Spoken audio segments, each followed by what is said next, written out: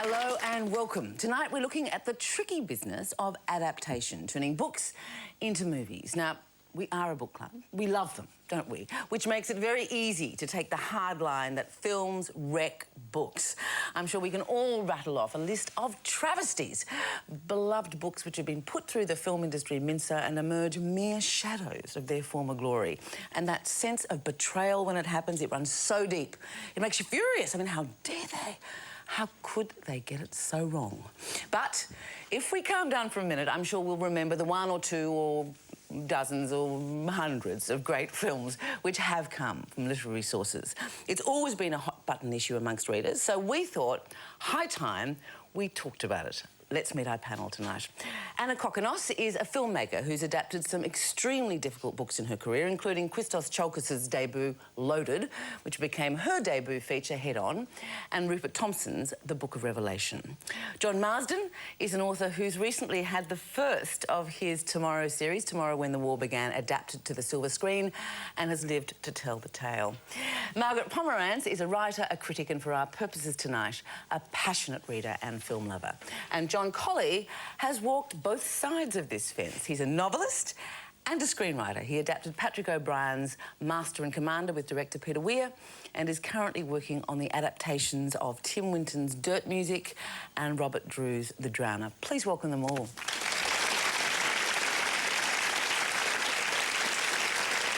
Now, rather than start with principles and discussions about the essence of books and stuff, let's start with some examples, concrete examples, and work backwards. Start with you. Good adaptation, John Colley. Jaws. Peter Benchley's Jaws. It's a great film and a good book. I think the adaptation worked because without being untrue to the book, without having to add too much or take too much away, it actually produced the essence of the book and was in its own terms a great kind of, a rollicking good ride. In fact, in lots of ways, Jaws, the film, dun, dun, dun, dun, Yeah. the music outstripped the book, didn't it?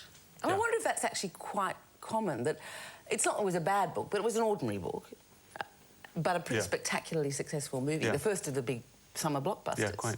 Do you think that's right? Yeah, sure. And I think that's what, well, when you're adapting a book, that's what you're aiming for. You're aiming to make it at least as good as the book and, if possible, better, or at least to appeal to a wider audience. And in what way does Jaws, do you think, get at the essential difference between a book and a film? Well, it's a visceral experience, and I think the essential difference is that books are reflective and films are immersive. You know, so you read a book and you can kind of you can put it down, you can walk away, you can think about it, you can reread pages. You're constantly taking information and processing it, and books play on that, and that's the great value of books, that you can actually revisit the information. A film lives or dies according to whether it completely grabs you by the scruff of the neck at the beginning and doesn't release you until you emerge from the cinema like a dreamer waking. You know, it has to be like that. If you, in Jaws' case, wake in fright. Exactly. If you look at your watch in a film, it's lost you. It's basically failed. Well, one of the interesting things is that's right. The sort of the big kind of visceral nature of that film was crucial to its success. But the interesting thing is, Jaws, the novel, I don't think was a great piece of literature. And I think one of the great things about a lot of adaptations over the years is that you don't have to actually get a great book, a masterly kind of piece of literature to actually adapt. Often it's the books that aren't that well written but just have a great story that actually are the best to adapt. Yeah. When you've got a really great piece of literature, the people who read that novel, imagine that novel, they become very passionate about it, and great writing, great language is really, really hard to translate on the screen. They're such different mediums. And so often it's the really great novel that is the most daunting, the most challenging in terms of a filmmaker approaching it and actually kind of saying, well, I'm going to take this really loved book and now try to kind of mirror or give an audience a kind of a different kind of experience. But you know, boy, you're really taking on something when you try and take a great piece of literature, because it's all so much about language, and then kind of trying to translate that into the visual form, into a cinematic form. Well, then why on earth have you chosen as your good adaptation example, probably I would say the greatest book of the last decade, Cormac McCarthy's The Road? Because I think it is a great adaptation. I mean, I don't think that John Hillcoat has done a perfect job, but gee, I think he's done a great job. I mean, I think it's such a fine adaptation. He's captured the spirit of the book, he's captured the tone of the book, and I think one of the most remarkable things he's done is visually translate the words of McCarthy. But that's a most compelling narrative, that book. Yeah. I mean, it is one that you pick up and you do not put it down until you've finished it. Now, it's got all the ingredients that you want for a screenplay. You know, it's a contemporary horror story. But I'd argue that, in fact, it is a completely cinematic novel, you know, yeah, and that's the key. Yeah. So He's actually written it. But that's the beauty of it. He's actually written... It's almost like that book could have been the blueprint for the film. So why I think it's just ghastly you're even saying that. Sorry, awful. I mean, look, I must admit... Can I tell you, just as an adapter, what the problem of adapting that book, and I've not seen the film, I believe it's done really well indeed. The problem with adapting that book is that part of adapting is that you've got to make specific things that are suggested. And, you know, a little bit like Tomorrow When the War Began, there's some dreadful things in The Road, I mean, even more so in The Road, obviously. And it would be possible to do an adaptation of that book that came out like a zombie movie, because there are gangs of roaming cannibals and people hung up for food and that kind of stuff. To actually extract something lyrical from that kind of material is, I think, a wonderful achievement. John, Lord of the Flies. Yeah, another post-apocalyptic. Yeah. And kind of a very dark movie, literally, because it's filmed in black and white, if we ignore the travesty that was perpetrated by an American film company in colour some years later. But the original movie with Peter Brook was done with tremendous fidelity to the book, and they did something which I would have thought impossible, and that was to find characters who exactly matched the mental visualizations they had, and they just stepped into those roles as though they'd walked straight out of the book, and the dynamic between those kids worked beautifully. There were rumours that Peter Brook had done terrible things by having them brought together in a kind of community during the filming of the movie, and got them to treat each other in real life off camera as they were treating each other according to the screenplay. But I read an article a few years ago about a reunion between all the actors when they were 45 years old or whatever, and they said it was wonderful and they'd had a great time and they were all very happy. So. And did they go on to become... Well, the guy who played Piggy became a confectionery salesman, which seems extraordinary. Just like life imitating art again. Again, that is a book with a strong narrative drive. It's not... And probably what we should be discussing is books which don't give you that, because if you've got a strong narrative, basically, it's quite difficult to stuff it up in an adaptation. I suppose it does. Books like Out of Africa are really interesting, where actually I think a classic film was produced from a classic book, and it's got all the things that you kind of dread in an adaptation, where it's first person, a lot of it is reflective, it's a meandering plot, and somehow that distillation was really successful. Well, I remember seeing Housekeeping, the Marilynne Robinson book, years ago. It's a tiny film. Bill Forsyth directed it. It was one of his brief stints in America many years ago. And I felt like that. I felt that I'd gone into this world with this strange woman who had to look after these children. And it actually validated difference in a community. There's a community that wants everybody to conform, and she can't. She's obviously mentally unstable in a lot of ways, but a beautiful person. And I loved what that experience did for me in the cinema, and I went and bothered to get the book afterwards and read it, and I thought it was a wonderful, wonderful adaptation. And was the essence the same? Yes, it was. absolutely. Because sometimes, you know, you use the word fidelity and the so-called fidelity issue that we all kind of instinctively say we want fidelity between the book and the film. Because sometimes what you're saying is that it actually something can be found in the book and it's quite possible brought out in the film. Yeah, you can reproduce very well all the incidents in the film and miss the essence, in which case you failed, you know. Exactly. Because the success of the film was about delivering the essential. You know, people talk about it cynically as the author's message, but it's really the kind of the controlling idea of the film. And unless you've got that, you've got nothing. And look, I completely agree. And that's one. And of course, one of the great things is that often with books that you may choose to adapt, you also, as the filmmaker, are coming to that piece of work and saying, what is it that's got me hooked into this? What have I responded to in the material that actually is going to give me a kind of a through line, my take, my interpretation on this sort of original source material. So there's that kind of adaptation as well. But let me ask you, you're the author, you've had your book adapted. Now, they come along and take your idea and say, well, I'm a filmmaker, this is my concept. But isn't it your book? Yeah, but that's fine for them to bring their own take to it and make it a new piece of work, a new piece of art, if you want to be pretentious. I'm happy for that to happen. If it's somehow bastardised in the process so that whatever concepts you had in writing it are altered or left out completely, then that would be pretty disturbing. But on the other hand, sorry, I was just going to say, when you do an adaptation of a book that's done really well, you are on a hiding to nothing. So if you make Harry Potter or something into a movie, if you do it faithfully to the book, then people will say you lack imagination as a filmmaker. And if you don't do it with perfect fidelity to the book, then you get hung, drawn and quartered by all the Harry Potter addicts. I have to say, with the Harry Potters, I found they were so faithful. Yeah, they got boring. It was a bit boring. It was a bit boring.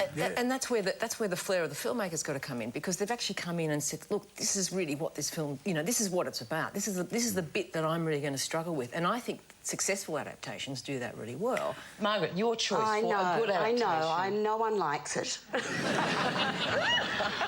I love... Let's all gang up. In the Cut, the Jane Campion film of Susanna Moore's book. And it was an unmakeable film because of book adaptation, because of the way the book ends, and she did a major cheat by changing the ending of the film. The difference between life and death, in fact. Yes, exactly. And I was relieved, to tell you the truth. Oh, that's so wet, Margaret. Come on. I am a was. But you see, I think it's a really interesting journey. When I saw the film, I literally came out onto the street and I nearly fainted.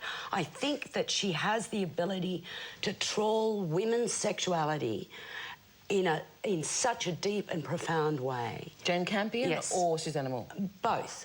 But really, for me, the visceral experience was the film. Oh, so all I could see was Meg Ryan. And those lips, those little trouty lips. And her playing, she was playing this incredibly on the edge, you know, exploring the wilder shores of sex.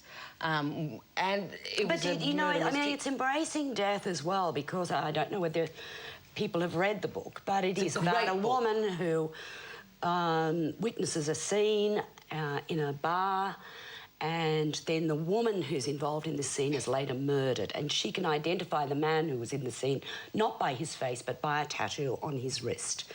And the cop that is investigating the crime has the tattoo on his wrist, and she has a major affair with him. And there you have the whole sex and death thing, which I find pretty damn interesting, to tell you the truth. We're going to move on now to some bad ones. We're going to move on to some bad adaptations where, and again, why it didn't work. Why don't you start this time? Well, I have had a hatred for about 3 decades now of One Flew Over the Cuckoo's Nest, and I was the only person in the world that hated that film. You are so ordinary. I'm perverse. I'm the only person that liked In the Cart, not the only person that hated One Flew Over the Cuckoo's Nest. And I'd read Ken Kesey's novel in the early 60s and loved it. And it is actually told from the perspective of the Indian, Bromden, you know. The guy who sweeps, yeah. The sweep. And so it's like a gobbledygook world that you see through his eyes. And what the film did was just take the external narrative, and it is sort of like pretty much the hero's journey, you know, standing up against authority, and it's got a good message to it. But I felt it betrayed the journey of the Indian, who, you know, once again, it's to do with the language. It's beautifully written, and his background, his war service, all the rest of it is in there, in this jumbled world that he sees. Would you, while accepting it's not faithful, would you accept that it told a parallel story or an equally good story? No, it just told the story, you know, which is the external story. Do you think it's filmable in the original? I don't know. Because I've reread it, and I was thinking, how could you do it these days?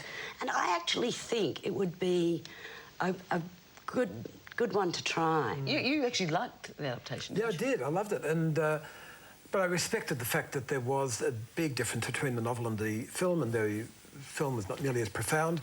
But again, you're talking about narrative all the time. I keep talking about character all the time. For me, they got all the main characters right. They interacted in a way that was moving and powerful and engrossing. And yeah, the casting was brilliant. But you see, it's interesting. That's a great example of how. If you had have taken that novel, and I haven't read the novel, I've seen the film, that novel, and kind of made it from that point of view, what that would have forced you to do probably is actually have some kind of voiceover, given that the chief, the whole issue is that he's actually deaf and dumb. Actually, and there's a trick he sees in that. a visual world. Isn't there a trick in that, though? No, that gets revealed I was thinking that, you know, it's not so much a narrative voiceover as a world that he sees that is controlled by which I would argue would be cogs and- almost impossible to convey. I know, And that's what I mean but about I would the tyranny. like someone to try. But I think it's also a really good example of why you do, generally speaking, do we all agree, it helps if you read the book first? Because you can sort of, you know, you may be a bit antsy about the film, but the fact is if you see the film first, you can never really read the book without his or her No, I images. disagree. I think you could see 2001: A Space Odyssey, and you know the book is completely dispensable. I mean, the book is. That's right, I mean, the book like doesn't a lot of matter. art. The book doesn't matter, but it was, you know, you could then read the book to get where all that stuff came from. I'd like to respond just to one of John's points about character and action, because my feeling in a way is that in film, action is character. That you know, you can't editorialize about the characters. You can't hear their thoughts as you can in a book. You only get one look at them, and that you can't sort of triangulate usually from lots of different perspectives. And so the character is defined by their action. They're defined by what they do. And there's all these sort of beats of kind of action. Narnia, the Lion, the Witch, and the Wardrobe. That was a good adaptation, and they really added only one beat of action, and that was the first thing where you find out why the brothers hate each other. In the Lion, the Witch, and the Wardrobe, is that Edmund hates Peter. It's kind of unexplained. He's just an awkward child. They added in this brilliant opening sequence where you learn that the father died in the war. Peter has become the father, sort of the de facto father of the family, and Edmund resents that. And in this scramble to get to the air raid shelter where Edmund is protesting and Peter is taking the lead and Edmund resents him, you suddenly understand, in an action, the character dynamic between these two that actually then resonates right through the film and informs the very ending and delivers the ending, which is the kind of Edmund finally rises to the kind of the challenge and learns sacrifice. So that's it. I mean, I think you know, as a novelist, you have all these different ways of expressing character. As a film writer, you only have action. Your bad adaptation, your offering... Fantastic, Mr. Fox. It's just That's cruel. Just a awful thing, a vile film. And, so why? And in what way does that... And there's a kind of vileness to a lot of Roald Dahl's books, but it's always... There's a whimsy as well, and there's other sweetening factors, but in this film there is nothing of that. It's as though they took a classic American middle-class family with the irresponsible childlike father, the long-suffering wife, the son who's in conflict with his parents just because he happens to be an adolescent, and it's all... Well, that conflict comes out of nothing other than that. And they make them into foxes. which for no reason. There's nothing fox-like or animal-like about them at all. And do you like and it finishes in the supermarket. The ending is just, I don't know, I hope it's tongue-in-cheek, but I don't think it is. I think it's just, I don't know what the message is of the ending. They're standing in this utterly sterile, soulless supermarket that stretches in every direction, and I'm not sure, what are we supposed to take from that? See, I thought it was fun. I thought actually the film was... I think your points are really good, but it was... I hadn't read the book. So you feel it betrays the nature of the book? Yeah, it turns it from a whimsical, lovely thing into something that is just reprehensible. And I think probably even worse than the supermarket scene is that moment towards the end of the movie when they're travelling along a road towards the supermarket or somewhere and they're suddenly transfixed and they all stop and they look up the hill and there's a wolf, a wild wolf, standing there, and there's a kind of reverence for about 18 seconds while the wolf and the fox make eye contact. And this is meant to represent, I think, that the fox has got sort of some empathy with the wild, he's got some kind of connection with the primitive past, and then he goes on to the supermarket and we never... 18 seconds is all we ever get of it. Utterly suburban. Interestingly, Perfume, a kind of... I think when Perfume was being made, everyone said unfilmable, can't be done, you know.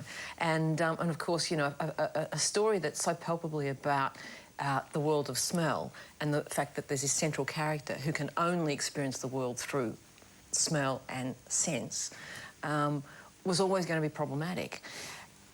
And of course it is, and the film is actually sort of a remarkable failure in a way because it tried to do too much. I think primarily that's an example where you've got a really kind of dense novel full of ideas, very exuberant prose, great language. Much loved. You know, much loved by many, many people.